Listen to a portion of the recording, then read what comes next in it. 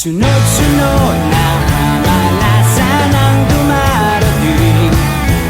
Di ko na malaman kung paano ang gagawin. Sabi naman ni Rico J. Pulo, mag-ayos lang daw ng po. Niyaya niya kami sa kubeta, matay lumuwa sa makita. O bakit ba ganyan buhay ng tao?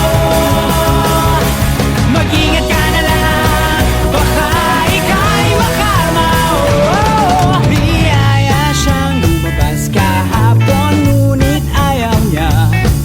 Hindi niya raw mahanap ang kapares number niya. 10 oras ka kung maligo, pati ang kaluluwa mo'y babango. Niyaya niya kami sa kubeta, matay lumuwa sa nakita.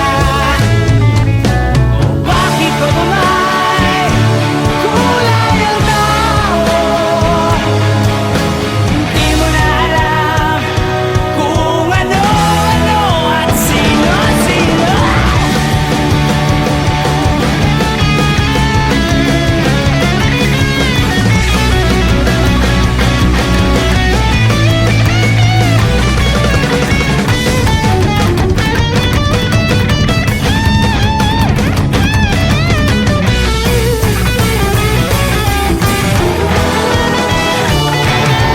Kung nagsama tayo,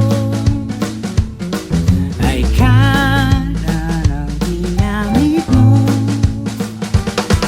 Ngunit biglang natorete, ikaw pala ay kaliwete. Ikaw pala ay kaliwete. Ikaw pala'y kaliwete.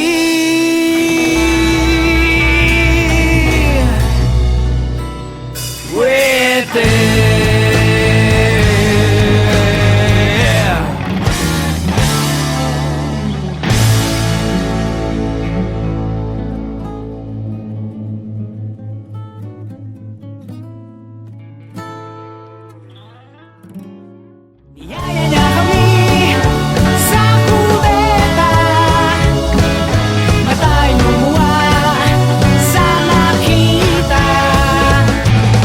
O bakit ba ganyan buhay ng tao?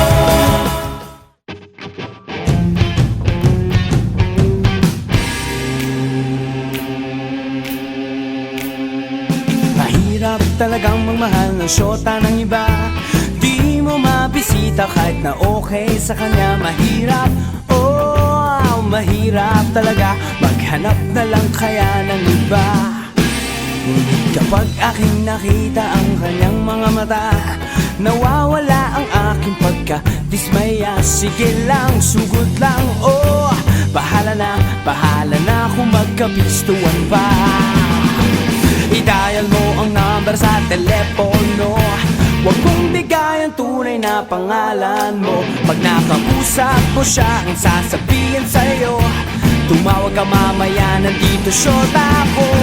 Mahirap talaga ang magmahal ng iba. O sakit ng ulo, maniwala kang ngunit kahit ano pang sabihin nila, iwanan siya'y di ko magagawa. Yo!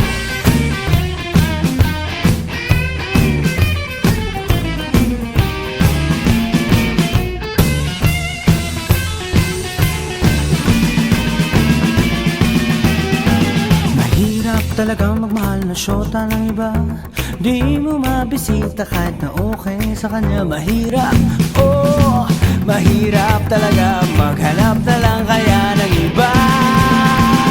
Oh! Mahirap humanap ng iba.